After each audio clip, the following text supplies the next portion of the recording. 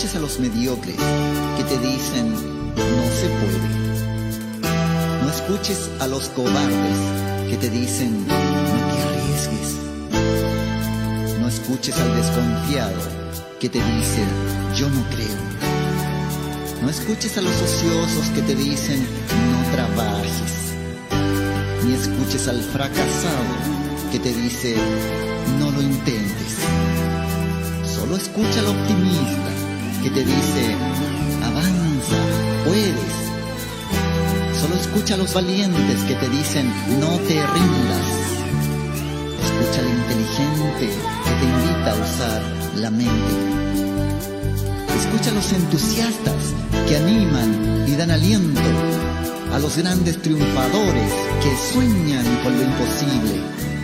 Escucha a los que conocen el camino a la victoria. Ellos construirán mundos, imperios, galaxias, soles. Encontrarás el tesoro más grande que hay en la vida, la libertad verdadera, la conciencia de quién eres, un ser total, sin fronteras, sin límites, sin miseria.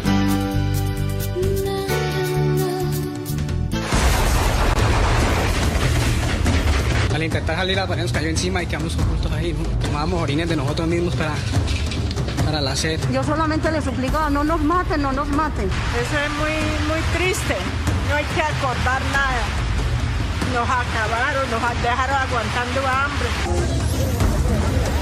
Por acá queda la puerta donde dormía mi mamá la mataron allá. Esa pared está, mejor dicho, mi mamá la mataron allá, en ese rincón la mataron a ella estaba escondida con los niños ahí. La guerra es muy puta, perdónenme la expresión. Ver guerrilleros jóvenes, pelados, muchachas jóvenes, corriendo hacia rodear las instalaciones de la policía.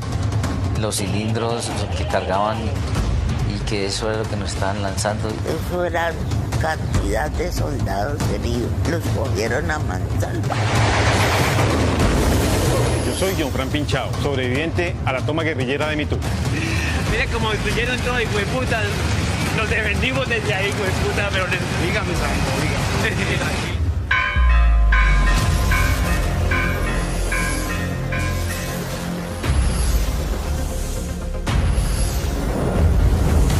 Significa confrontar el inicio de la pesadilla que viví. Voy a curarme de mucho dolor que todavía aún tengo.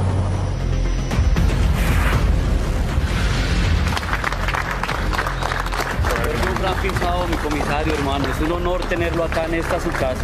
Toma de Mitú, 23 años después. Un documental de Jefferson Beltrán. Apuntando hacia el comando. ¿Usted enfrentó el ataque en esta casa? Bendiciones, queridos todos. Bienvenidos a su magazine informativo Vive Consciente, con la dirección de Luz Esperanza Castro Jaimes, registro del Colegio Nacional de Periodistas 0723. Todas las bendiciones para mi equipo de trabajo de Magazine Informativo Vive Consciente y Notidía. Todas las bendiciones para el equipo de trabajo de Último Minuto junto a su director Sebastián.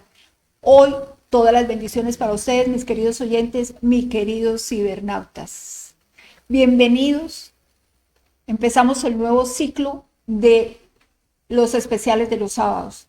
Hoy con un especial muy importante, un especial que de verdad nos debe centrar, poner en unos hechos, unos sucesos supremamente dolorosos que traen unas consecuencias graves para este presente actual de la Colombia querida de nosotros. Hace 23 años muchos colombianos lloramos.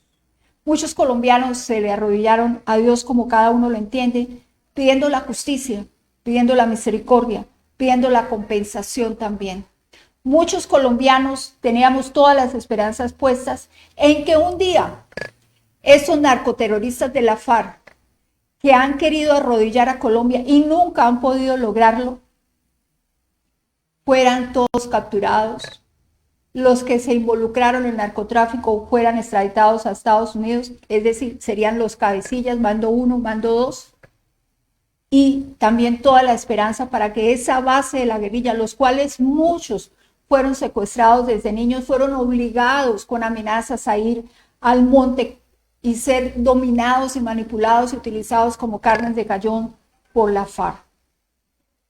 Hace 23 años, 1 de noviembre de hace 23 años, Colombia se estremeció.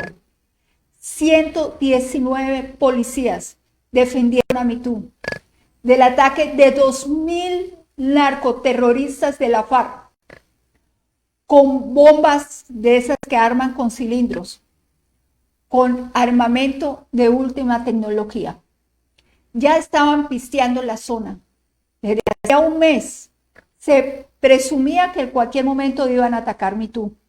De hecho, las autoridades lo habían denunciado. Los noticieros nacionales, sobre todo en especial RCN, que siempre está ahí y no le esconde a la guerrilla nada, ni le tapa nada a los narcoterroristas, ni le tapa nada a la extrema izquierda de Latinoamérica del mundo, ellos lo habían anunciado, que existía ese eminente peligro. Esa sentencia se cumplió el 1 de noviembre de hace 23 años. Entraron salvajemente a Mitú, matando indiscriminadamente niños, ancianos, hombres, mujeres, destruyendo. Fue una toma rural, de verdad, así lo sentimos los colombianos, de espanto. Cualquier película que se haya hecho de narcoterroristas tomándose una zona rural se quedó corta en comparación a todo lo que vivimos. Y digo vivimos porque nosotros los colombianos, aunque no estuvimos allá, tuvimos que ver esas imágenes. Esas imágenes le dieron la vuelta al mundo, esa información le dieron la vuelta al mundo, la captura de nuestros policías le dieron la vuelta al mundo y estuvimos padeciendo por cada día que nuestros policías estuvieron secuestrados. Y siempre el gobierno colombiano dijo que un día la FARC sería derrotada, serían capturados, serían puestos presos. Los que tuvieran que pagar en Colombia, los demás serían extraditados. Pero a que la guerrilla base, para esa guerrilla base, siempre había misericordia, siempre había un arreglo legal. Fue doloroso, muy doloroso. Y desde hace 3 días, los noticieros de Colombia y los colombianos estamos hablando de esto. Porque vuelven a nuestros recuerdos. Miramos esas imágenes, recordamos ese día y volvemos a sentir. Así como cuando recordamos un beso rico que nos dimos hace mucho tiempo, así recordamos el dolor que vivimos en estos días. Nosotros los colombianos que no éramos la familia de esos policías, ni de esas personas que están habitando en Mitú. Ahora, ¿cómo sería desgarrador para esas madres que les arrebataron a sus hijos y los desaparecieron o los tuvieron secuestrados tantos años o los mataron? Hoy, los colombianos seguimos reclamando la acción de la justicia divina y pidiéndole a la divinidad, como cada uno lo entiende, que esa justicia se materialice aquí en la tierra, porque no es justo que esos delincuentes hoy en día estén sentados en el Congreso. Grave la situación que está viviendo Colombia. Queridos, Juan Pinchado, John Frank Pinchado exactamente, era el subcomisario de la Policía Nacional. Él estaba de pie frente al río Baupés, oyó unos truenos y se estremeció. Su cuerpo le envió una señal de peligro, la misma que experimentó hace 23 años cuando 2.000 hombres de la FARC atacaron la estación de policía de Mitú con estruendos de cilindros bomba, granadas, ráfagas de disparos, ametralletas. Eran las 4:35 de la mañana del 1 de noviembre del año de 1998, cuando la pesadilla comenzó y dejó 16 policías, 24 miembros del ejército y 11 civiles muertos. 61 policías fueron secuestrados, entre ellos Juan Pinchado. Mire, queridos, Santos, en su propuesta de paz con impunidad, aseguró: si no se firma el acuerdo de paz con la FARC, se desatará una guerra urbana. Se impusieron los acuerdos de paz con impunidad y de todas formas se desató la guerra urbana, como lo que acabó de pasar con la denominada primera línea, que no es otra cosa que la guerrilla urbana del ELN. Esas imágenes que ustedes van a ver hoy en este programa y que han estado viendo estos días en los noticieros, ustedes las tienen que comparar con todo lo que pasó con la primera línea, con todo lo que pasó en esa toma urbana. Tienen que compararlo. Han pasado 23 años para que Juan Pinchao volviera al Vaupés, por invitación de RCN, que quiso hacer un recorderis, de alguna forma, para sanar heridas, porque cuando han sucedido tantos hechos dolorosos como esos, se regresan a los lugares, se puede uno reconciliar incluso con ese territorio del país. Juan Pinchao, en su entrevista con RCN, dice que fue una mezcla de emociones lo que lo embargó, en contraste del hermoso paisaje que caracteriza la majestuoso río y sus botes con el dolor de lo vivido, porque esas aguas nos conducieron a nuestro cautiverio, dijo Juan Pinchao, el lugar donde permanecí por años en los campos de concentración que crearon la FARC en las zonas de distensión. Ojo aquí, queridos oyentes, con lo que Juan Pinchao dijo. Campos de concentración.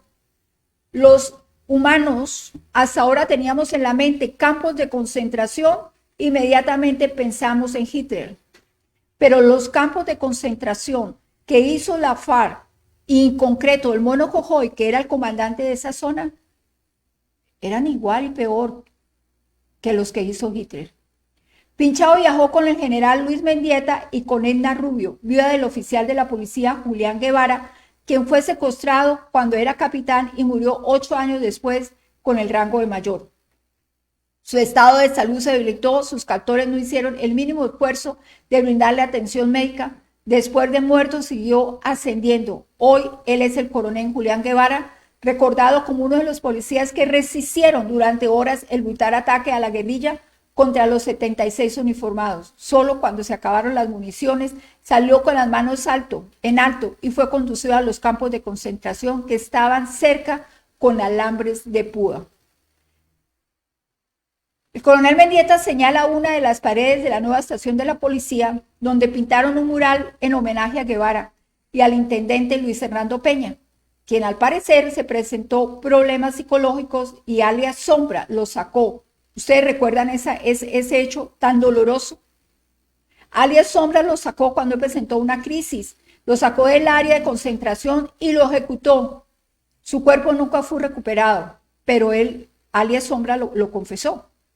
En las estrechas calles de la ciudad indígena, la comunidad recibe con abrazos y lágrimas a los policías. Comparten la satisfacción de estar vivos. Muchos fueron secuestrados durante 3 días en sus propias casas. La guerrilla entraron a sus patios, armaban allí puntos de ataque y trincheras. Dormían en sus salas y en sus habitaciones, mientras los lugareños escondían a los niños debajo de las camas para protegerlos, y a las mujeres de todas las edades, porque habían todavía existe en la FARC violadores para todas las edades y para todos los sexos. Algunos lugareños cuentan que pasaron hasta 3 días sin comer porque no había forma de lograr conseguir los alimentos. Los guerrilleros entraron en la casa por casa, asesinaron y secuestraron a los que ellos consideraban informantes de las autoridades a su criterio o al criterio del Mono Jojoy, que era el comandante. César Augusto Díaz era auxiliar de la policía, tenía 19 años. Cuando estaba en su casa llegaron a buscarlo. Su mamá trató de esconderlo en la parte trasera de la vivienda, pero sabía que si lo hacía, la asesinarían a ella. Así que Díaz se entregó.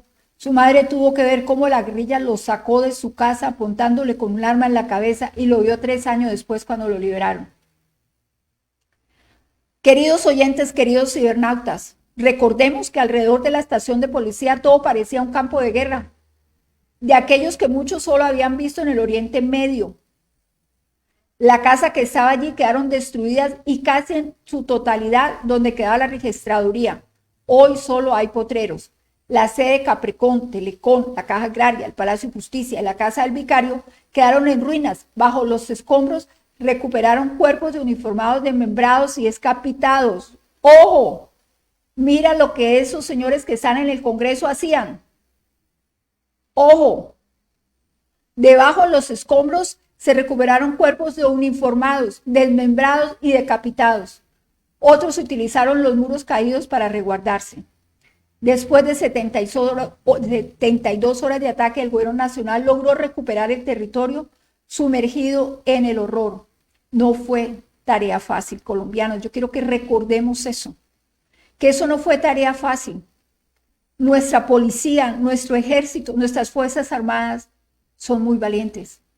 La unidad militar más cercana era la de San José del Guaviare y estaba a más de 300 kilómetros de distancia. Se hizo necesario que las fuerzas militares pidieran autorización de Brasil para utilizar su territorio como base de avanzada y abastecimiento de combustible para sorprender al enemigo. Más de un centenar de guerrilleros murieron en la recuperación de Mitú.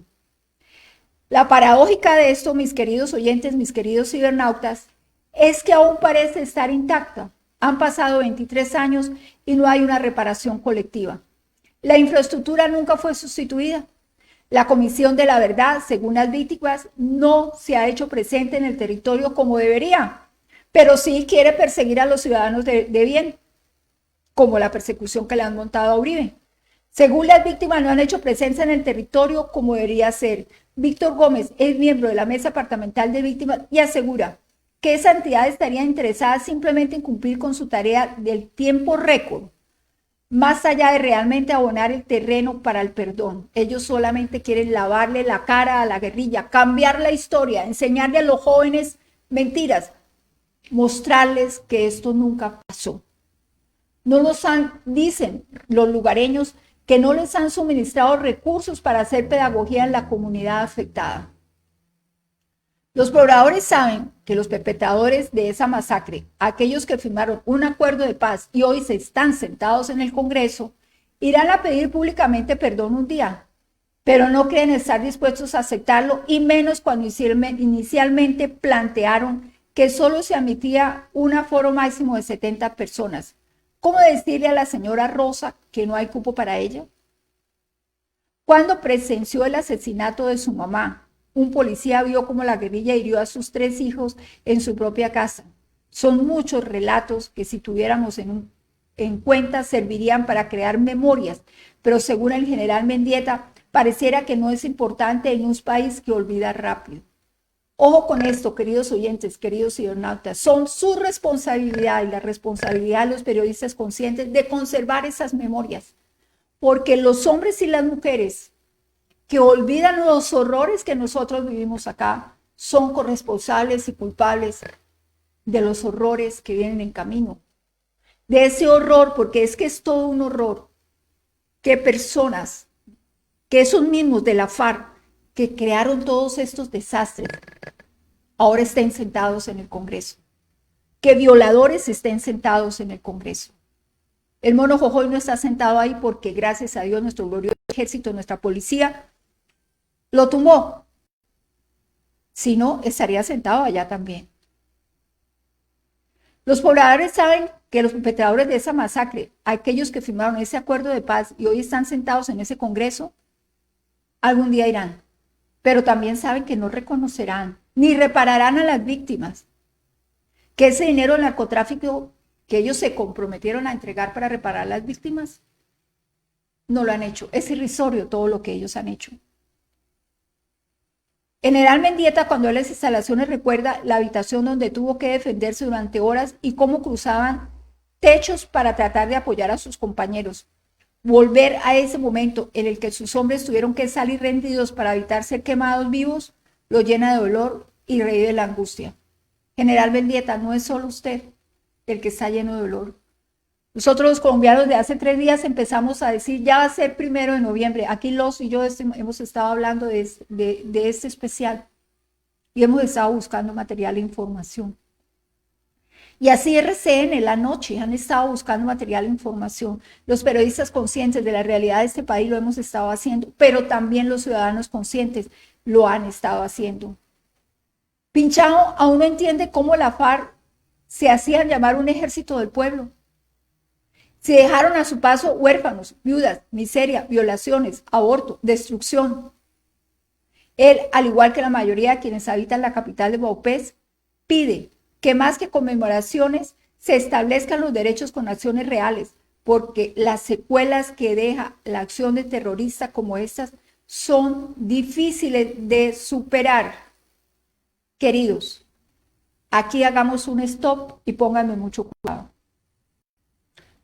Si la policía, el ejército y los habitantes de Mitú, que fueron víctimas de esa toma guerrillera, dicen que todavía tienen secuelas y eso es difícil de superar, ustedes no vayan a creer que los FARC, ahora miembros de un partido comunes que están sentados en el Congreso, superaron esas secuelas.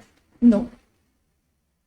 Alguien que tiene la capacidad de cometer toda la maldad que ellos hicieron, jamás va a cambiar. Porque no se pueden cambiar los esquemas y modelos mentales así nomás. Tendrían que haber hecho un proceso. El primero, de limpiar sus culpas, de reconocer exactamente todo lo que hicieron, de haber estado en detención intramural, en unos programas de rehabilitación. Pero como eso nunca sucedió, entonces todas las decisiones que ellos toman, que lleguen a tomar, están basadas en las secuelas psicológicas, psíquicas, mentales y emocionales de toda la maldad que ellos hicieron. Por eso es tan peligroso las próximas elecciones. Por eso es tan peligroso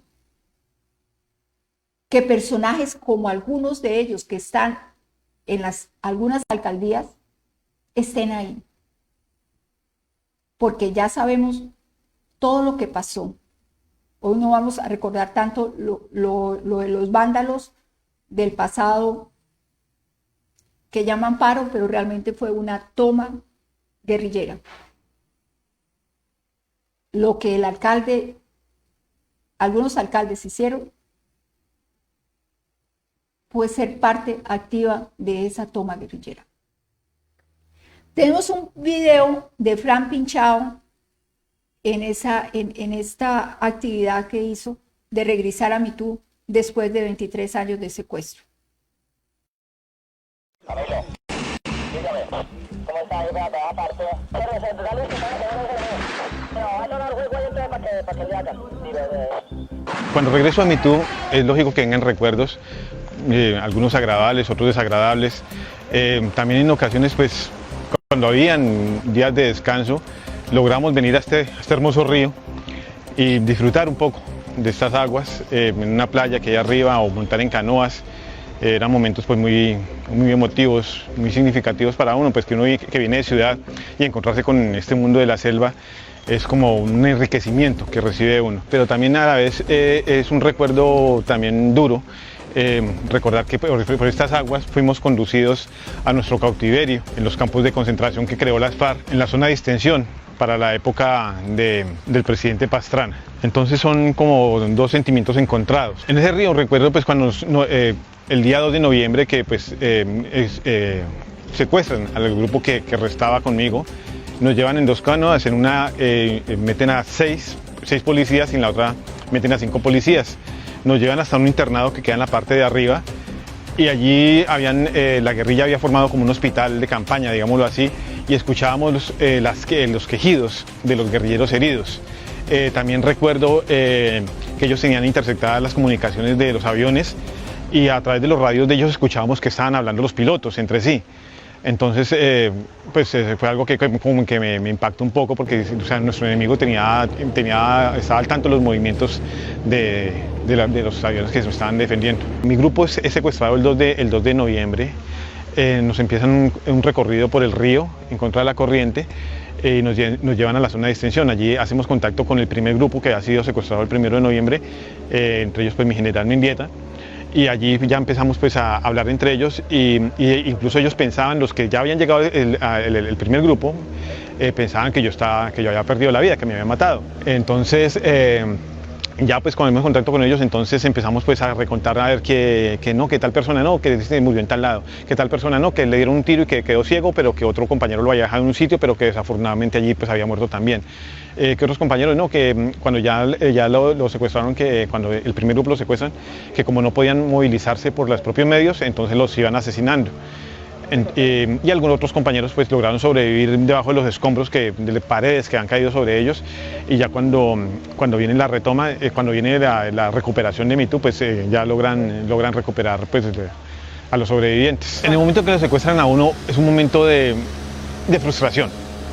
Uno se siente frustrado pues porque venía pues de otros departamentos y habíamos pues salido victoriosos de enfrentamientos con la guerrilla, y llega el momento que nuestro enemigo, que es el enemigo del Estado, el enemigo del pueblo, el enemigo de todos, nos toma en sus manos, y es un momento que uno como que siente como que se le acabó el mundo, como que se siente impotente, se siente derrotado, creo que es la palabra exacta, al verse pues en manos del enemigo. Pues uno acostumbrado siempre pues a salir victorioso de los combates, y pues en esta ocasión desafortunadamente por el número de integrantes de la guerrilla que enviaron a la toma de MeToo, fue todo un frente, el frente oriental, contra 75 policías realmente que habían en el comando de policía, pues una pelea bastante desigual, bastante inequitativa, y eso pues produjo pues la derrota de MeToo. Además de eso pues la imposibilidad de recibir apoyo aéreo por parte de la Fuerza Aérea o de las fuerzas militares, por la distancia que hay entre MeToo y la capital. En algunas poblaciones la guerrilla lo que hacía después de las tomas guerrilleras, sacaba a los sobrevivientes, los colocaba en fila en la plaza principal, y hacía una especie de juicio, un juicio político, digámoslo así, al preguntarle a los ciudadanos sobre el comportamiento de los policías, y finalmente pues terminaba asesinando a muchos de ellos. Entonces era un ajusticiamiento que realizaban, y pensamos que pues, podría ser una posibilidad que perdiéramos la vida ese día. Los momentos más difíciles yo creo que fue una constante, momentos difíciles. Como decía un amigo, Arcia, del ejército, cuando llevaba cerca de 7 años, dijo, si a mí me preguntan cuál fue el momento más difícil del secuestro, yo digo que fueron los primeros 7 años, decía él jocosamente. Yo creo que cada uno de los momentos en el secuestro son difíciles, pero lo que más nos marcó fue el encadenamiento. Estar como una fiera encadenado con un candado al cuello, en ocasiones a un árbol durante mucho tiempo, días inclusive o meses en algunas ocasiones, y la constante de estar encadenado a otro compañero, porque cuando la relación con el compañero era buena, pues era pasable la situación. Pero cuando había alguna diferencia con el compañero que estaba encadenado, pues era una doble tragedia, una doble pesadilla, digámoslo así. Bueno, no sé si alcanzaron a grabar esa lluvia, así son las lluvias de la selva, son torrentosas y bastante nutridas. En ocasiones teníamos que desplazarnos así por la selva, y cuando ya llegábamos al sitio nos cubríamos con un plástico, sacábamos la carpa, la casa, digámoslo así, que ellos llaman una carpa normal, y empezamos a armarla intentando proteger el morral con otro plástico, pues para que no se mojara la ropa o los alimentos que se llevasen allí.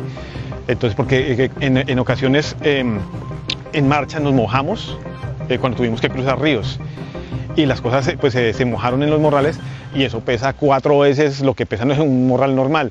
Entonces teníamos que intentar escurrir al máximo, pero igual pues la caminata era tortuosa porque llevábamos el doble, el triple de peso. Y pues eran terrenos pues llenos de barro, pues nos resbalábamos, caíamos, nos teníamos que levantar, a veces nos causábamos heridas, a veces nos enterrábamos espinas.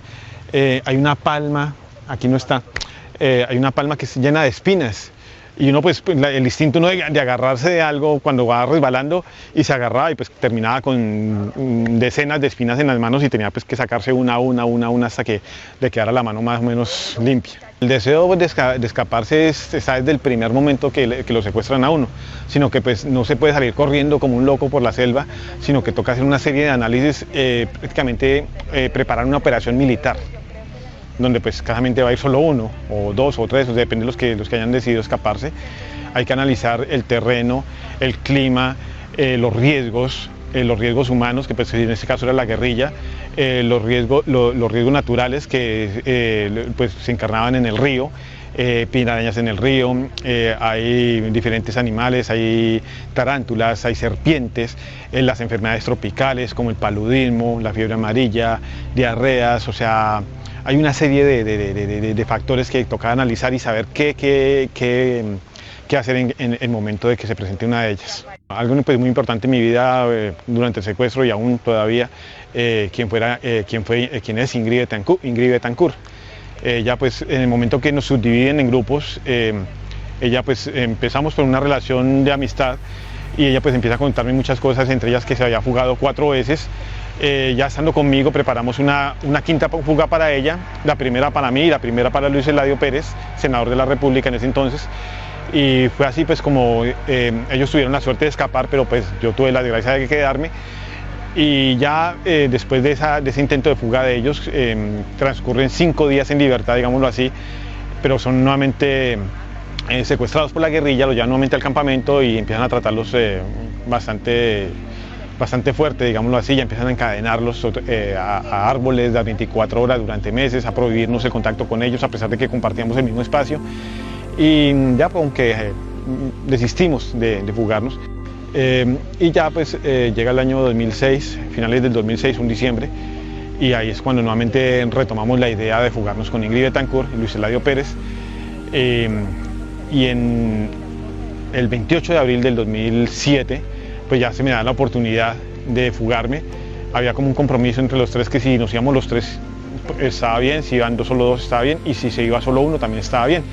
Y con la promesa de que quien saliera hacia la libertad trabajara por la libertad de quienes quedaban secuestrados. Se dieron las condiciones, en ese momento Ingrid estaba castigada, Luis Eladio también, y pues se dieron las condiciones que habíamos esperado tanto, que era una noche de bastante lluvia y muy oscura, y estaban las condiciones perfectas.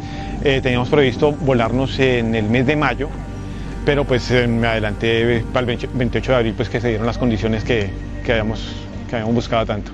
Me vi de fallecer, incluso llevaba harina en bolsas, fariña, que es mañoco, que es la base alimenticia de las comunidades indígenas, y cada vez que iba consumiendo iban quedando bolsas desocupadas, estaba cosiéndolas con nylon y hice como una especie de manta, pero en un momento pues pensé también hacer en el momento crítico, hacer una bandera con ella y clavarla a la orilla del río, como se relata en Mi alma se la dejó al diablo o algo así parecido, de tal forma que quien viese esa bandera pues le causara curiosidad y encontrara mi cuerpo en caso de que muriese. O sea, llegó un supuesto ejército del pueblo, como se hacían llamar, que oprime al pueblo, pues no tiene ninguna presentación, donde crean desplazamientos, dejan huérfanos, dejan viudas, dejan pobreza, dejan destrucción. Yo creo que ellos pues, deberían más bien dar un modelo de cómo es que quieren la Colombia que quieren a través de uno de los pueblos que dominan y decir, vea, aquí hay salud, aquí hay trabajo, aquí hay emprendimiento. Y yo creo que la gente se botaría de narices a apoyar su causa. Pero cuando una persona ha quedado viuda, un niño huérfano, violaciones, abortos, donde han tenido que dejar su terreno, irse a las ciudades, a aguantar hambre, a pasar necesidades, yo creo que ellos pensarán, o sea, ellos no son la solución. Siento que este momento de volver a MeToo es un momento muy importante, tanto para mí como para muchas personas, ya que estamos haciendo un reconocimiento a la memoria de aquellos que murieron en la toma guerrillera de 1998, tanto policías, militares, de los cuales vinieron a la recuperación de MeToo, y civiles que murieron en esta retoma. Es importante para todas las personas no dejar en el olvido a aquellas personas que ofrendaron su vida por defender la de otros. Queridos, mi corazón, porque el corazón duele, mi inteligencia duele muchísimo. Mi inteligencia duele porque sé que los colombianos somos gente de bien, la mayoría, personas con valores, con ética, trabajadores. Somos una raza aguerrida. Pero lamentablemente, esa problemática que nos está pasando de la extrema izquierda no es algo solamente de Colombia. Es un problema de Latinoamérica. Miremos lo que pasó en Venezuela. Y hagamos la comparación. ¿Qué tanto falta que nosotros seamos como ellos? Recuerden que ya están hablando de expropiaciones. Seamos conscientes del peligro en el que el país está. Un país que sienta en el Congreso esos narcoterroristas, violadores de niños, violadores de niñas, capaz de hacer todo lo que hicieron en Me Too, es muy peligroso, porque ellos no pueden gobernar con las leyes de Colombia.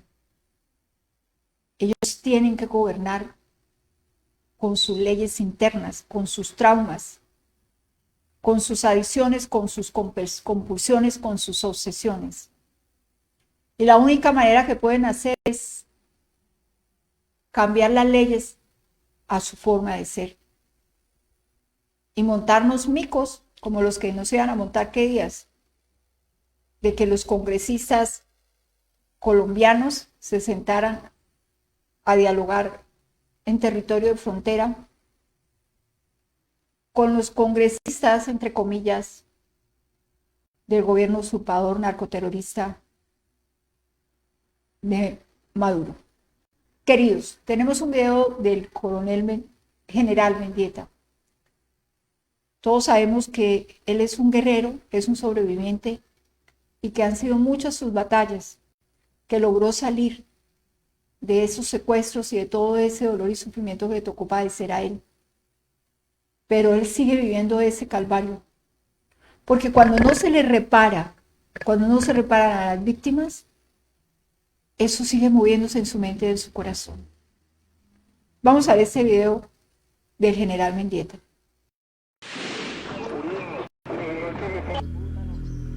Sí, hacia las 4:30 de la mañana comenzó el ataque. Los guerrilleros se ubicaron en la parte del río, en la parte de ahí de la pista y también en la parte posterior del frente. Es decir, que fueron haciendo una avanzada en círculo e iban dominando las diferentes posiciones. Ahí era donde iban haciendo el registro de las diferentes viviendas. Pues 2.000 integrantes de la FARC tenían suficiente personal para hacer todo esto y ya instalaron sus diferentes rampas donde de ahí lanzaban los cilindros. Cuando comienza el ataque, inmediatamente vienen disparos y lanzamiento de granadas. Yo estoy en la parte interna, en una habitación que tenía por el frente. Inmediatamente entro hacia la parte central del comando de policía y se dan las órdenes para que nuestros hombres, como estaba previsto, cada uno tomara sus diferentes posiciones de ataque. ¿Ellos dónde se deberían instalar? Estaban las trincheras, estaba el colegio, que ahorita lo veremos, pero en el caso personal, ¿qué hice? Después de que cada uno va a ocupar sus puestos, yo me desplazo aquí por esta parte interna. Aquí queda la parte posterior de la fiscalía y allá al fondo quedan las instalaciones de Monseñor. Ese era mi puesto donde debería defender, donde se ve esa cúpula. Ahí con el capitán Murillo y otros hombres comenzamos a defender esa posición. A medida que va comenzando y se inicia todo el ataque, van destruyendo. Después de eso, de ahí salimos nuevamente hacia la fiscalía. Pasan varias horas, por supuesto, por lo menos 5 hasta las 1 de la tarde más o menos logramos defender ahí esa posición. Era dar instrucciones por el radio y era también estar muy pendiente de dónde llegaba el cilindro para proteger la vida, porque ahí eso fue objeto de bombardeo permanente, tanto que después de que nos destruyen el segundo piso nos tocó pasarnos al primer piso, que tenía una placa y que es gracias a la placa fue que salvamos nuestra vida. En su momento pensar es proteger la vida, estar muy pendiente de dónde está la gente, dónde están llegando los disparos, cómo está impactando y por supuesto defendernos en esa posición.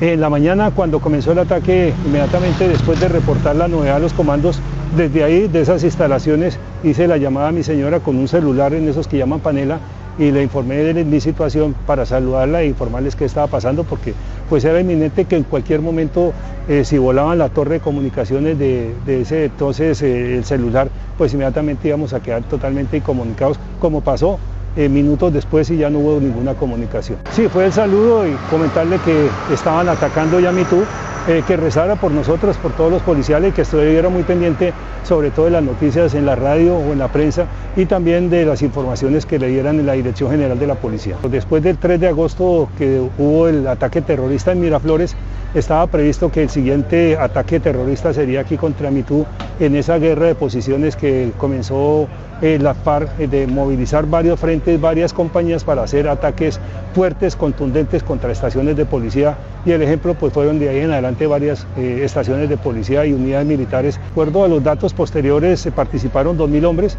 los mismos guerrilleros nos dijeron que participaron 7 frentes de la FARC y 3 compañías móviles que alias el Mono Jojoy ordenó a cada uno de ellos utilizar y destinar para esta operación. Nosotros éramos 76 policiales, habían 30 auxiliares bachilleres, pero ellos estaban en la parte de sus casas, ellos no tenían, nunca venían aquí al comando de policía, sino por el contrario recibían instrucción en el colegio, es decir que no cumplían ninguna función policial, sino era funciones netamente con las comunidades indígenas. Ahí está el capitán Guevara, un mural que le hicieron, y el intendente Peña, como símbolo de los dos, que después del secuestro y como rehenes pues no regresaron.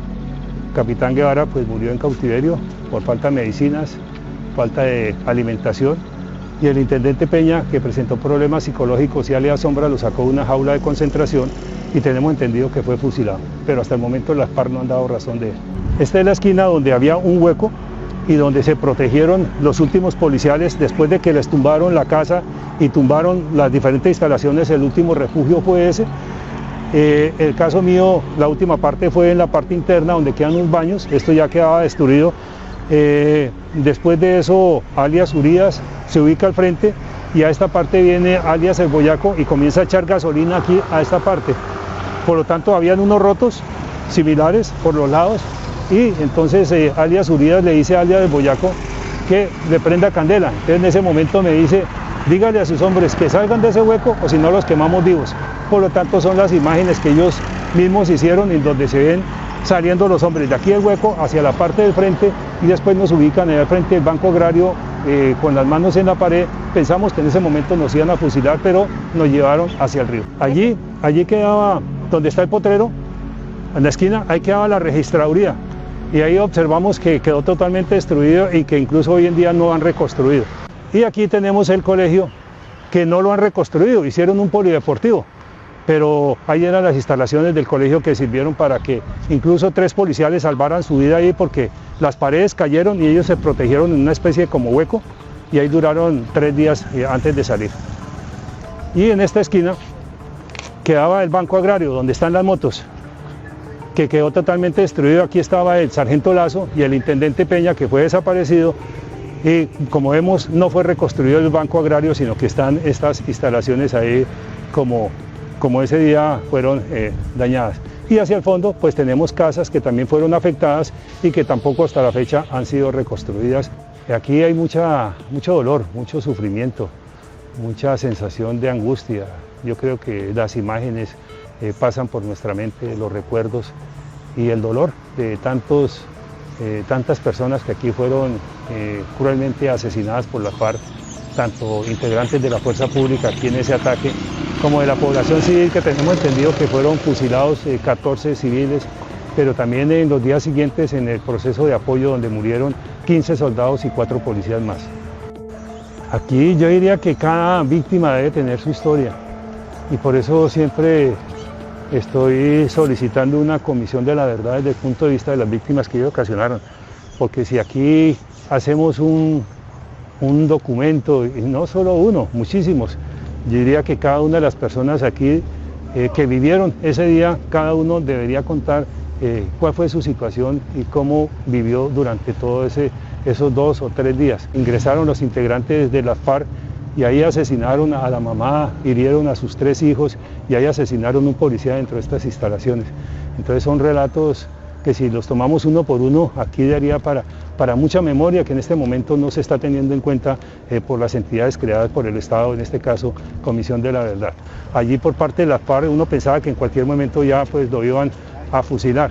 Desde el primer momento que nos sacaron, que nos ubicaron al frente de las ruinas del Banco Agrario, que nos colocaron con la pared, que hay videos que muestran esa situación, ahí en ese momento pensamos que nos iban a fusilar. Y de ahí en adelante, durante esos casi 12 años de rehén, de secuestrado, pues siempre fue esa amenaza que en cualquier momento terminaban con nuestra vida. Yo diría que los momentos buenos es el compartir con los compañeros, compartir las dificultades y sobre todo sentir la solidaridad de muchos de ellos cuando estuvimos, por ejemplo, enfermos o cuando alguno no consumía un alimento, pues se lo daba al compañero que de pronto estaba con más necesidad de ese alimento. Entonces diría que sería ese sentimiento de solidaridad que se expresó entre quienes estábamos allí como rehén. Siempre que se hacía una carta, uno pensaba que podría ser la última carta que le mandara uno a su familia.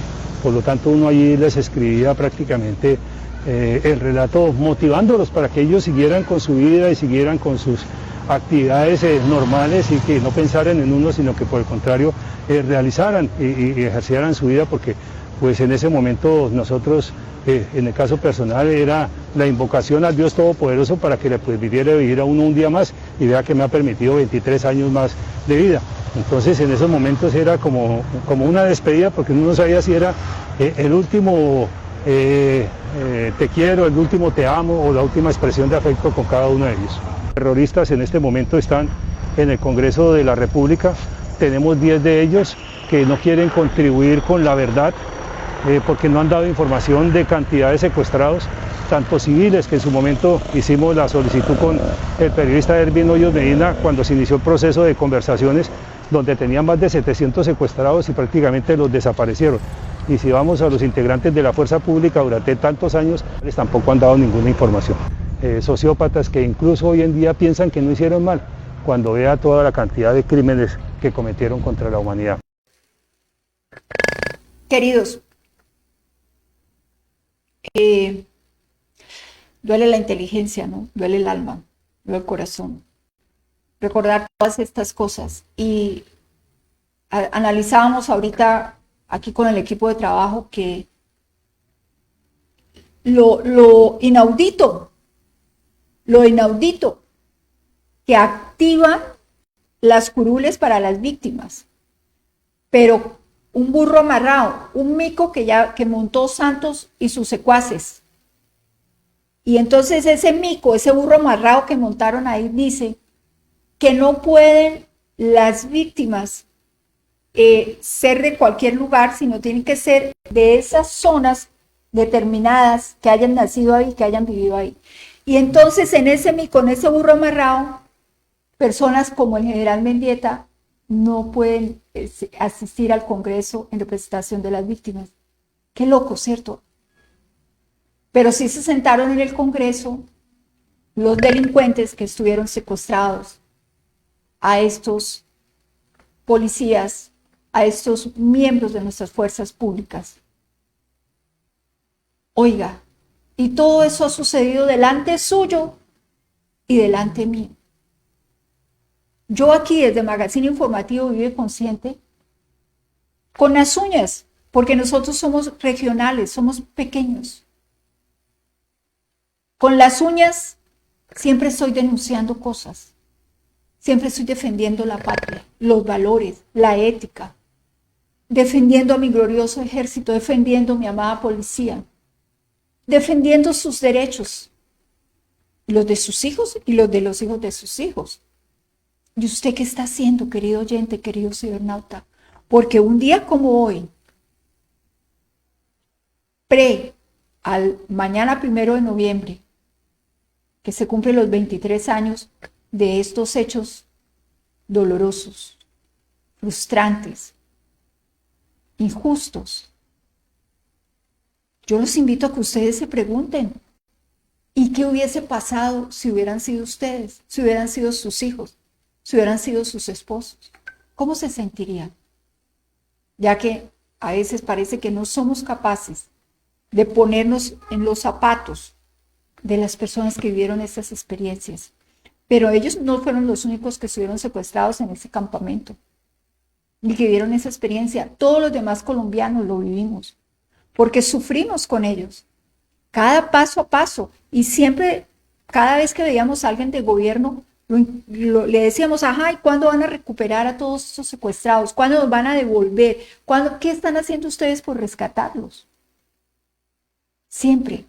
Habemos muchos colombianos combinando el Estado colombiano, sabiendo que ese no era el culpable, que el culpable era la FARC. Pero siempre estamos diciendo, ¿y qué se está haciendo para recuperarlos? ¿Qué se está haciendo para recuperarlos, vivos o muertos, pero recuperarlos? Su familia tiene derecho a saber, su familia tiene derecho a conocer la historia, su familia tiene derecho, si están muertos, a enterrarlos, si están vivos, a traerlos y a abrazarlos. Y sin embargo, lo más triste de esto es que hay personas que tienen 50 años, 60 años, 45 años, es decir, personas que vivieron, entre comillas, esta historia, porque realmente la vivimos todos los que estamos en Colombia, no solamente en Colombia, el mundo entero la vivió. Y sin embargo, son protectores y defensores de la FARC. Sin embargo, son protectores y defensores de la famosa primera línea, que no es otra cosa que la guerrilla urbana del ELN. Lo que ellos hicieron en el pasado paro no fue otra cosa que una toma guerrillera, que de hecho la sentenció Santos muchas veces, cuando nos amenazaba, que si no se hacía el acuerdo de paz, iba a venir una guerra urbana. Ya ese entonces la estaban organizando, y pasamos por esa guerra urbana. Ojo, queridos oyentes, miren, en nuestro proceso de investigación, como nosotros, Magazine Informativo Vive Consciente, no estamos en Bogotá, no estamos en el interior del país, pues tenemos que tomar los videos de compañeros como los de La Noche o como los de RCN. El programa La Noche subió unos videos muy interesantes. Vamos a escuchar el primero de ellos. A ver. Saludamos hasta ahora a Rafael Nieto, él es precandidato a la presidencia de Colombia por el Partido Centro Democrático. Es especialista en este tipo de temas, por esa razón lo hemos invitado, abogado, columnista de opinión y ex viceministro de Justicia. Doctor Nieto, bienvenido al programa La Noche y quiero conocer su opinión frente a esta decisión que ha tomado el fiscal de la Corte Penal Internacional. Bienvenido. Jefferson, muy buenas noches para usted y para todos los que nos ven en NTN 24. Lo primero que habría que decir es que sin duda es un triunfo del gobierno nacional. Sacar a Colombia de los casos abiertos preliminares en la Corte Penal Internacional es sin duda una victoria. Lo segundo es que hay un voto de confianza del fiscal de la Corte Penal Internacional con los mecanismos de justicia transicional que se diseñaron y se firmaron en el marco del acuerdo de Santos con las FARC. Lo que es claro es que el fiscal cree que esos mecanismos van a funcionar, porque reconoce que hasta hoy no han producido resultado. Lo tercero es que, hablando con franqueza, hoy no tenemos ni verdad, ni justicia, ni reparación. Es decir, los derechos de las víctimas no están siendo en este momento respetados, y que por tanto se queda uno con la duda de cuál va a ser el efecto que tendrá esta decisión del acuerdo entre Duque y la fiscal de la Corte Penal Internacional en relación con el caso de Colombia. Confiemos en que, bueno, no se disminuya la presión para que efectivamente los derechos de las víctimas sean plenamente reconocidos. Saludamos hasta ahora a Rafael. Mire, queridos, Rafael Nieto es excelente investigador, conoce muy bien la realidad del país, porque como yo digo, somos esos colombianos que la hemos vivido, la hemos gozado y la hemos padecido, porque cuando se cometen todas esas injusticias, padecemos. Tenemos otro video donde él nos habla de los mecanismos de justicia transicional a la luz del acuerdo de paz. Y la gran pregunta, ¿eso sí está funcionando en Colombia? Doctor Nieto, ¿usted cree que los mecanismos de justicia transicional a la luz del acuerdo de paz están funcionando en Colombia? Yo creo francamente que no. El pacto se firmó en su versión definitiva en diciembre del 2016. Vamos a cumplir 5 años de la firma de ese pacto y hoy, repito, el informe de la Comisión de la Verdad no se conoce y hay serias dudas sobre si será abiertamente parcializado. Y por su lado, la Jurisdicción Especial para la Paz no ha cumplido con su tarea del investigamiento y el juzgamiento con establecimiento de unas penas simbólicas en cabeza de los responsables de crímenes de lesa humanidad y crímenes de guerra de las FARC. Hay que recordar que el principio básico de la Corte Penal Internacional es el de complementariedad, es decir, solamente entra a operar cuando la jurisdicción nacional no cumple su tarea. Yo creo que hasta el momento no se está cumpliendo. Lo que hace la Corte, sin embargo, es apostarle a que sí cumplirá en el periodo que viene y por eso acepta levantar el caso sobre Colombia. Mire, queridos, las víctimas de la FARC están ahí, no han sido reparadas, no han sido indemnizadas, no las van a dejar participar en el Congreso como representante de las víctimas, porque le están haciendo la vuelta, como hacen siempre los de la extrema izquierda, haciéndole la vuelta a la comba al palo, la trampa, para sentar ahí excombatientes, o más grave aún, combatientes activos. Tenemos un video de Sebastián Velasco, es el representante de una de las agremiaciones que hay víctimas de la FARC. Escuchemos lo que él nos está explicando. Saludamos hasta ahora a Sebastián Velázquez en la ciudad de Medellín, en Colombia. Queremos obtener o presentarles a ustedes otro ángulo de la noticia. Sebastián es el representante legal de la Federación Colombiana de Víctimas de las FARC. Sebastián, bienvenido al programa La Noche y desde la perspectiva de las víctimas y esa lucha que ustedes han dado para lograr justicia, verdad y reparación. ¿Qué representa este pacto que pues ha firmado el gobierno del presidente Iván Duque con el fiscal de la Corte Penal Internacional y que pues genera esta noticia? De alguna forma muchas víctimas creen que esto afecta sus derechos. ¿Usted qué piensa?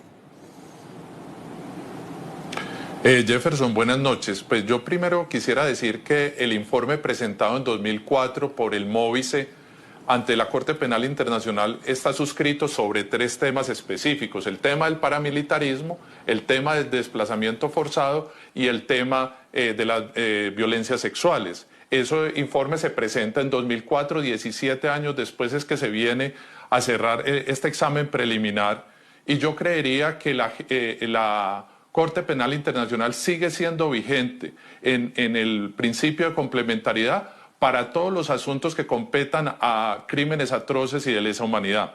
Entonces, nada que ver. Nosotros seguimos en la lucha para seguir presentando nuestros propios informes desde nuestra iniciativa como Organización de Víctimas de FARC en Colombia ante la Corte Penal Internacional y ante el nuevo fiscal Karim Khan. Sebastián, ¿ustedes hubieran preferido que la Corte Penal Internacional continuara con ese examen preliminar en Colombia? ¿Eso qué importancia tenía, por ejemplo, para ustedes, para todas las víctimas que representan, no solamente de quienes fueron víctimas directas de los delitos de lesa humanidad de las FARC, sino también de quienes estuvieron dentro de las filas de las FARC y también son víctimas porque sufrieron reclutamiento forzoso, violencia sexual, muchas mujeres inclusive abortos en contra de su voluntad? Pues como lo dice el Estatuto de Roma, delitos como el secuestro, la tortura, la desaparición, el reclutamiento forzado de menores, de niños y niñas en el marco de un conflicto, son crímenes que no prescriben. Entonces nos queremos acoger a la no prescripción de esos crímenes, pero como la Corte Penal Internacional solamente asiste en el principio de la complementariedad, pues en este momento lo que nosotros hacemos es llevar caso por caso en el 01 y en el 07 del sistema de justicia transicional para evidenciar la sistematicidad que tienen estos casos en el marco del conflicto y que el mayor perpetrador fueron las FARC, obviamente. Queridos, eso que nos dice Sebastián es una gran realidad. En la Corte Penal Internacional está claro que esos delitos de lesa humanidad no prescriben. En algún momento, en algún lugar, en algún tiempo y espacio, la justicia divina se manifestará en la tierra y se concretará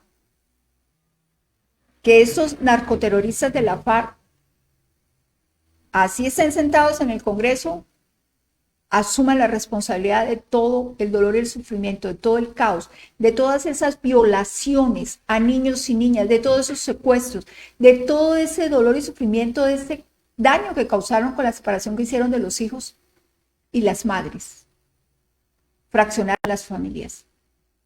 Esos delitos no prescriben.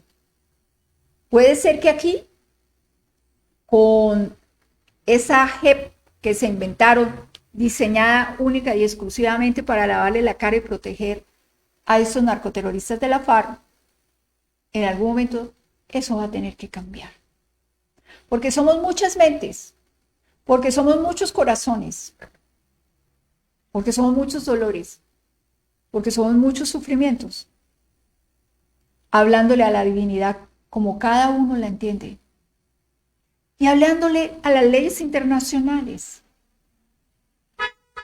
de lo vital e importante que es para nosotros que haya justicia, que haya reparación y que esos narcoterroristas, violadores, secuestradores asuman sus responsabilidades como debe ser. Mire, queridos, tenemos otro video que en la montañita Caquetá, ahí donde operó el Frente 15 de la FARC, allí pues sabemos que quedaron muchos muertos y hay muchos enterrados que no se han podido reconocer, ¿cierto? Ahí una señora tiene una esperanza de que ahora con el tema de la JEP, ella pueda saber la verdad de su hijo. Veamos este video. Tal como lo decía nuestro gran colega Ervin Hoyos, que en paz descanse, esto es una aproximación para que estas familias encuentren algo de paz. Quizás no es difícil entender su tragedia. Deberíamos ponernos en el lugar de ellas, ¿no? Entender que son familias que de hace décadas esperan una respuesta sobre lo que sucedió con ese ser querido que fue reclutado de manera ilegal por parte de las FARC siendo menor de edad y hasta el día de hoy no tienen ninguna respuesta. Una de esas personas es doña Edilia, ustedes la veían en este documental, Edilia Osorio Tirado. Ella es hermana de uno de estos menores que fue reclutado por parte de las FARC. Señora Edilia, bienvenida al programa La Noche y quiero saber para usted qué importancia tienen estas diligencias que está adelantando la Jurisdicción Especial para la Paz en la Unión Penella, específicamente en el sector de la Montañita, en Caquetá. Para usted como víctima, ¿qué representa este paso que ya logró darse en el marco de la justicia transicional? Sí, buenas noches, mi nombre es Edilia Osorio. Pues no, pues en este momento, pues yo me siento muy feliz de saber que ya están en este proceso para ver si en esa parte donde están sacando esos desaparecidos se encuentre mi hermanito ahí. Tenemos la esperanza. Doña Edilia, ¿por qué tiene esa esperanza? ¿Por qué cree que el cuerpo sin vida de su hermanito, que fue reclutado siendo menor de edad por parte de las FARC, está exactamente en ese cementerio clandestino de las FARC, en la Unión Penella? Pues no sé, los comentarios a veces pues nos decían que de pronto él aparezca allá, que sí, que haya fallecido, pues nos dicen que de pronto se encuentre en ese sector. Pues tenemos esa esperanza que sea así, ¿no?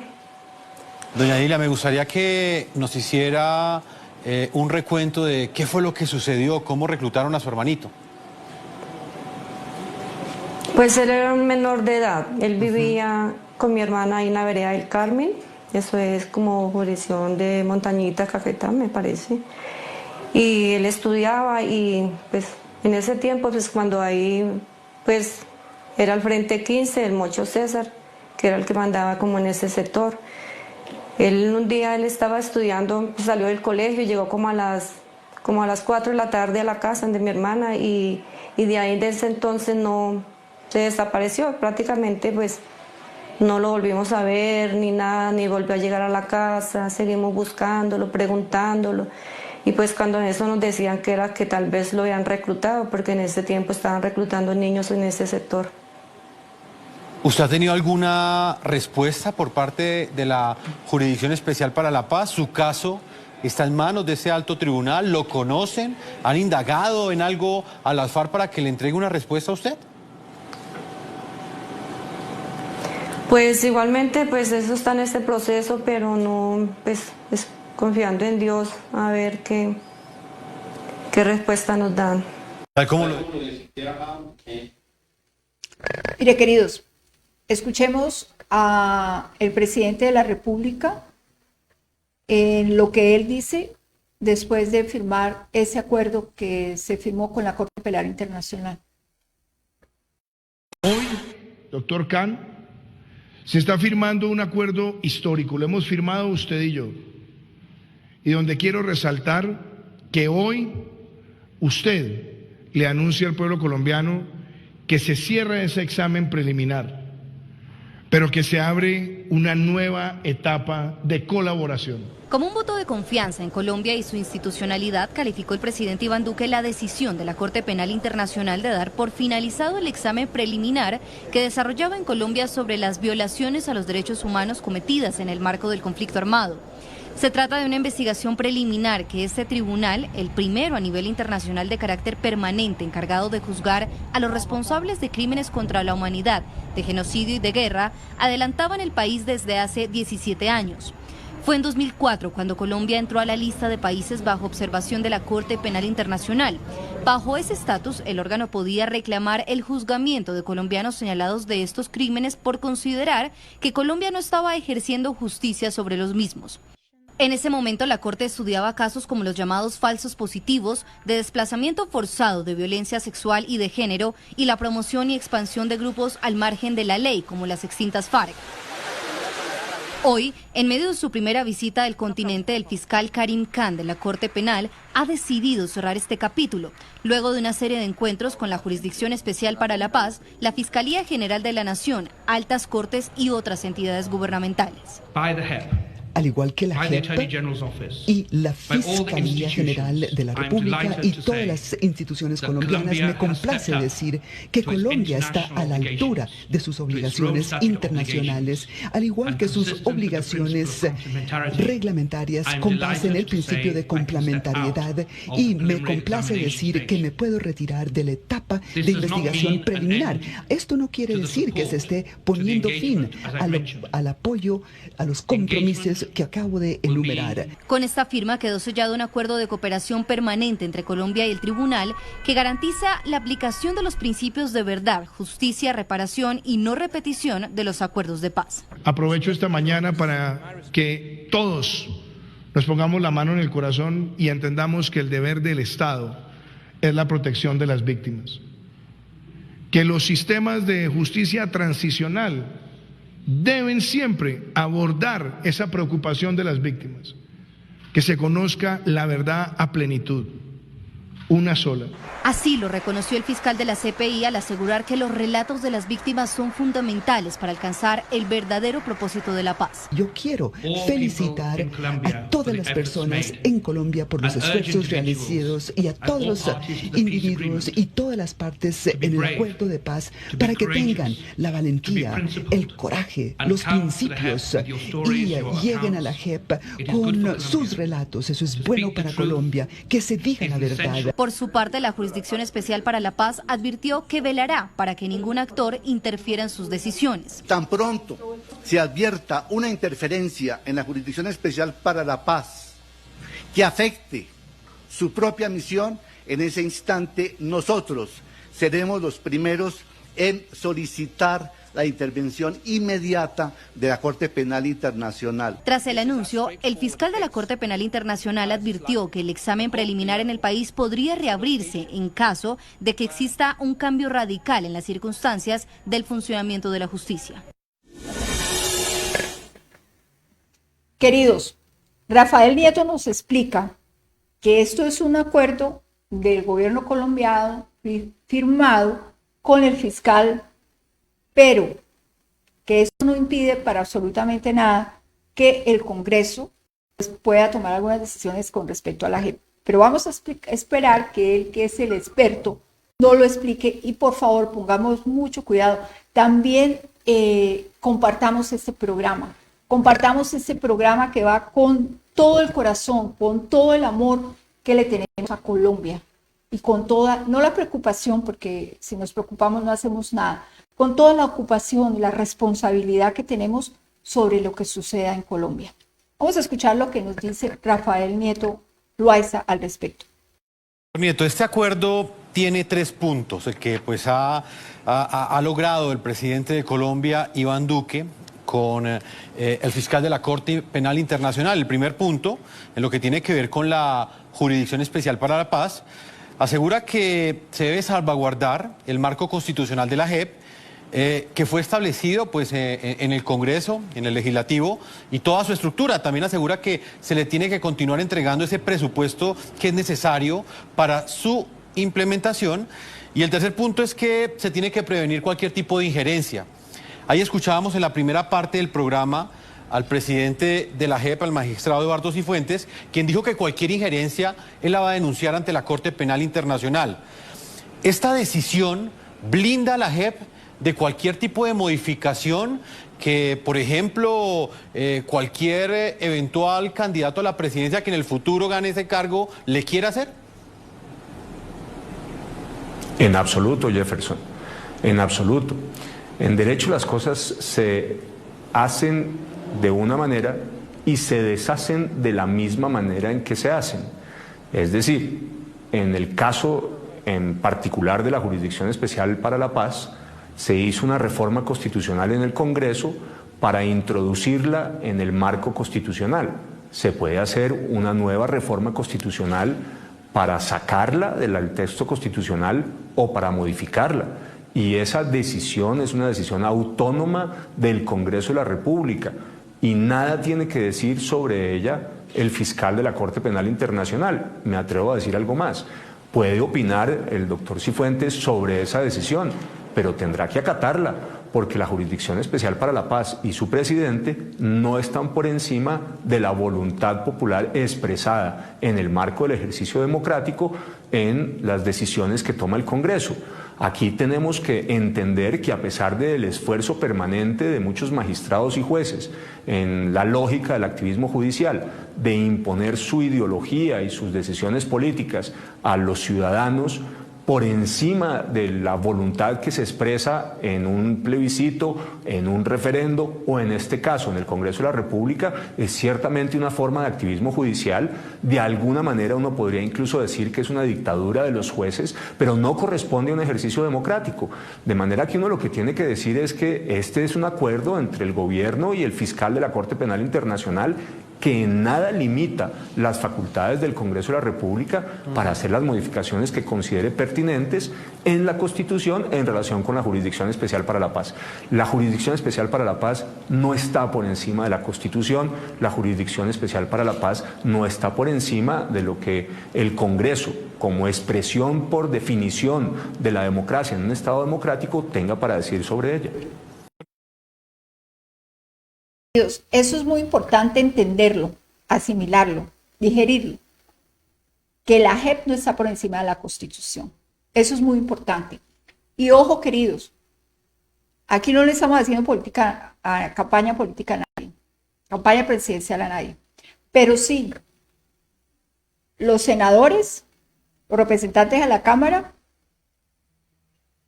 los concejales, los diputados, los gobernadores, los alcaldes, el presidente. Ojo con eso, con esa responsabilidad tan grande que nosotros tenemos a la hora de elegir. Porque fíjese nomás lo que estábamos hablando hace un rato. Iván Ospina, que es guerrillero, alcalde de Cali. Él es cómplice. Él es cómplice de esa toma guerrillera que hicieron los del ELN en Cali. Y aparte de eso, quería pagarles del presupuesto de la alcaldía de Cali. Tenemos ese ejemplo. No lo perdamos de vista, por favor. Tenemos ese ejemplo. Y aún más, querido oyente, querido cibernauta, si usted no está en el norte de Santander, lo invitamos a que se dé la vueltica aquí, pase el puente de San Antonio y hable con nuestros hermanos venezolanos. O no, es que ni siquiera tienes que venir. Yo sé que en la ciudad donde tú estás, allí hay venezolanos. Siéntese y hable con ellos. Y que ellos le cuenten la verdad. Y recordemos que todo empezó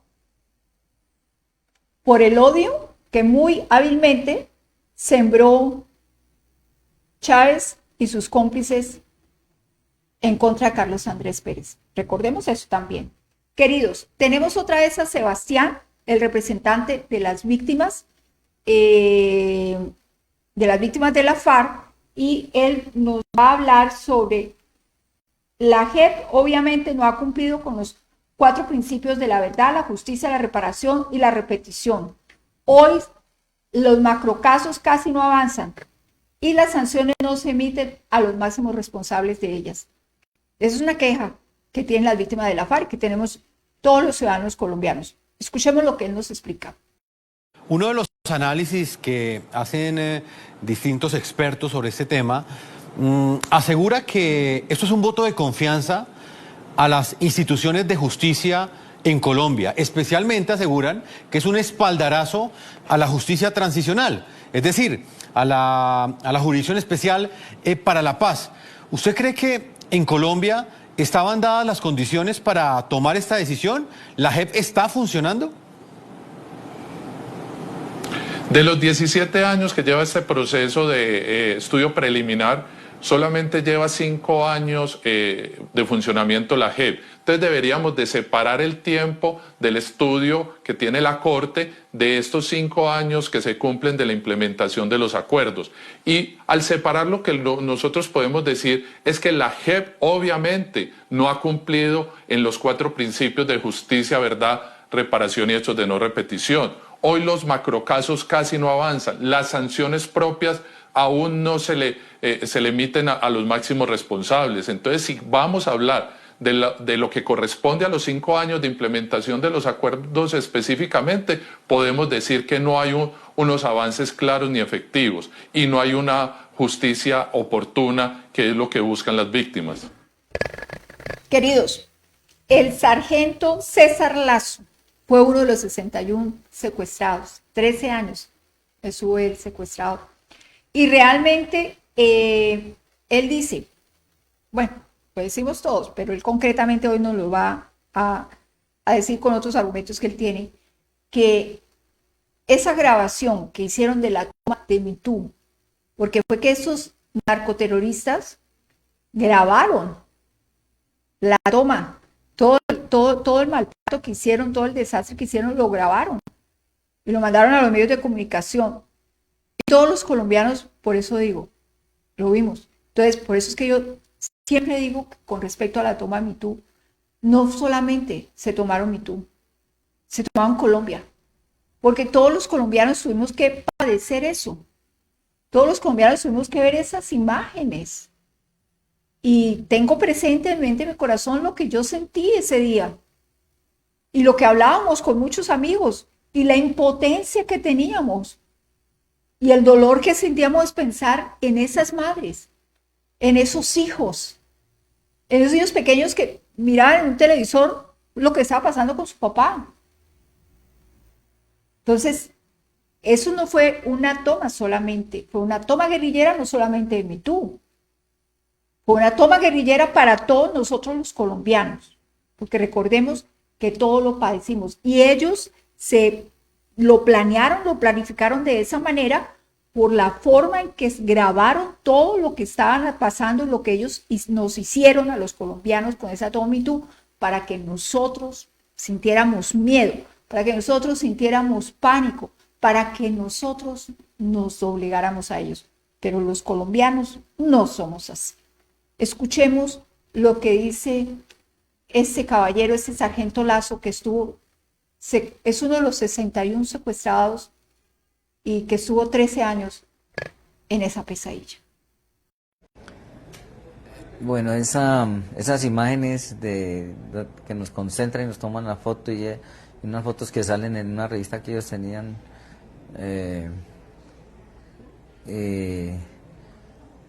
fue cerca a una población que se llama Carurú, pero en esos momentos todavía yo andaba en la nube de entender si era un sueño o una realidad, qué tipo de cosas era lo que estaba pasando, por qué estaba pasando. Y esas imágenes son unos 7 días tal vez después de la toma. Nos trasladan por el río Baupés hacia el Guaviare. Duramos, no sabría decirles cuántos días, hasta que llegamos a un lugar a orillas del río Baupés. Nos dejan ya descansar, digamos, porque veníamos en lancha, en esos potrillos y en esas bóngolas,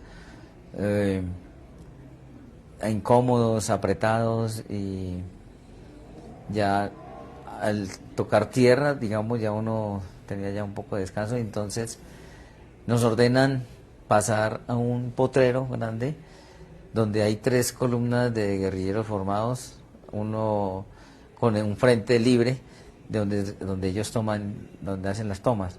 Entonces, primero, rabia de ver toda esa gente ahí y pues la rabia de haber sido vencidos, o haber sido ya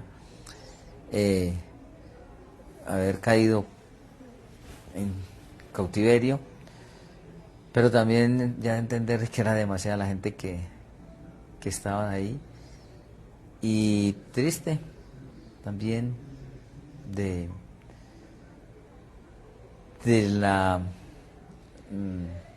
no haber pues salido victorioso de ese enfrentamiento. Los compañeros de ustedes, el general Mendieta, John Fran Pinchao, ¿qué se decían entre ustedes frente a lo que había sucedido en esos días muy posteriores, muy cerquita de la toma de Mitú? Primero, pues felicitarnos porque estamos vivos, o sea, darle gracias a Dios porque podíamos todavía estar vivos. La incertidumbre de qué iba a pasar, Pinchao, con el que más hablaba,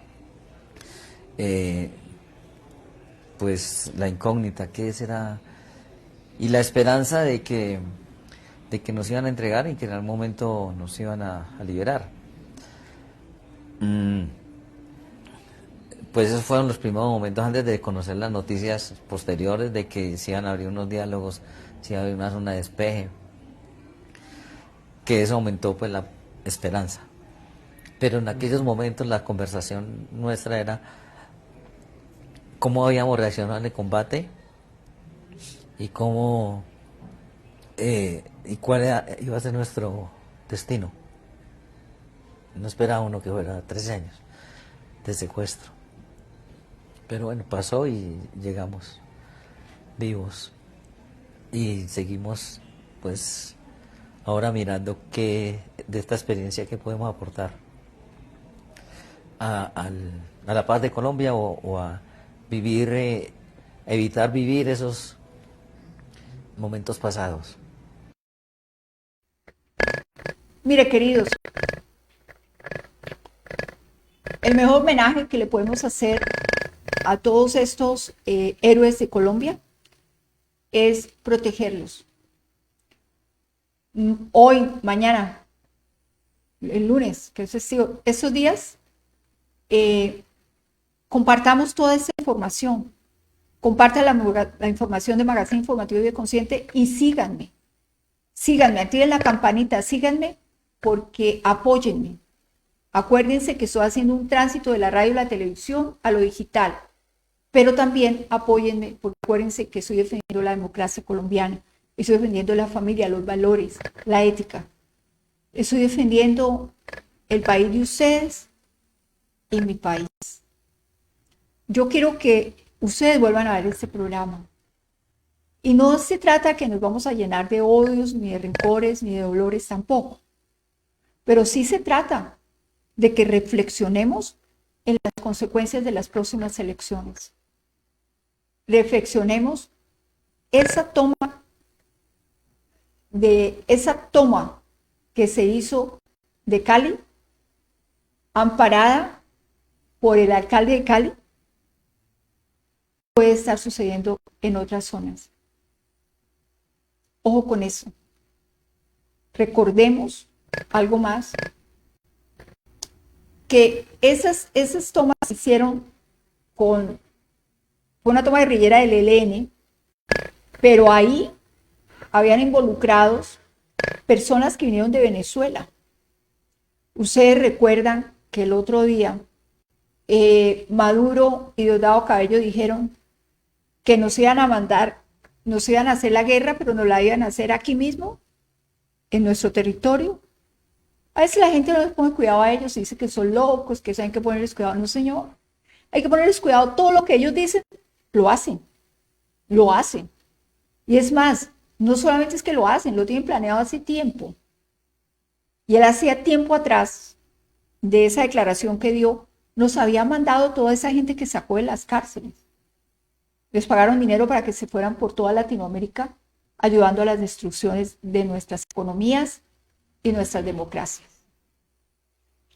Todo eso, los 23 años de la toma Me Too, está muy relacionado con lo que estamos hablando también del castrochavismo. Está muy relacionado con todo lo que pasó en Argentina, en Ecuador, en Perú, en Bolivia, en Brasil, y con aquel famoso estallido social de Chile que acabó con el mejor metro de Latinoamérica. Porque eso fue lo que pasó, ¿no? Uy, sí, Chile despertó, sí, claro.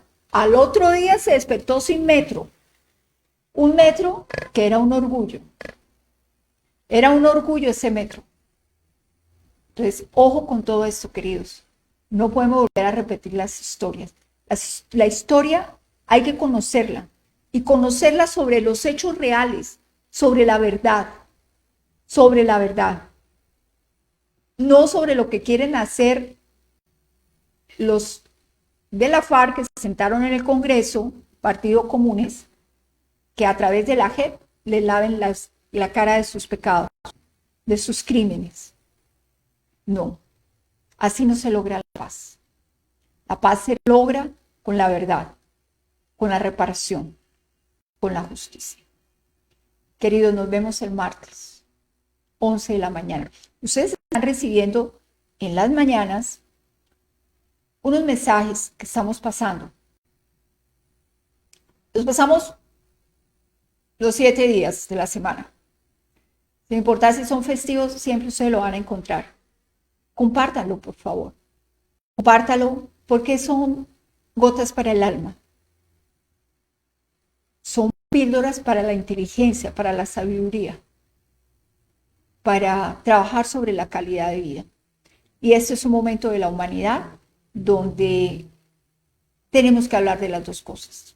Un noticiero claro, veraz, sobre los hechos, sin interpretaciones ideológicas, ni religiosas, ni filosóficas.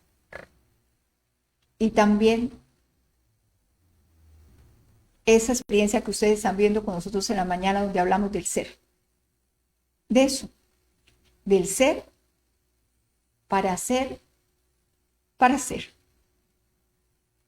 Queridos, martes, 11 de la mañana, pero mañana domingo festivo y el lunes festivo a las 6 de la mañana, por tarde a las 7, ustedes tendrán nuestra motivación del día. Ese es un especial de los sábados donde Magazine Informativo Vive Consciente y Notidía les van a traer, o les han traído, porque ese especial del sábado ya existía, solo que dejamos de hacerlo un tiempo, con el tiempo de la pandemia, pero ya estamos reactivándolo nuevamente, ya estamos nuevamente dictando talleres, estamos haciendo terapias, entonces también estoy activando esa otra parte del liderazgo y coach que yo manejo. Los quiero. Mañana a las 7 de la mañana, porque mañana domingo se despiertan un poquito más tarde, ¿cierto? Y el martes a las 11 de la mañana. Los quiero. Que Dios los bendiga. Feliz día. escuches a los mediocres que te dicen no se puede. No escuches a los cobardes que te dicen no te arriesgues. No escuches al desconfiado que te dice yo no creo. No escuches a los ociosos que te dicen no trabajes. Ni escuches al fracasado que te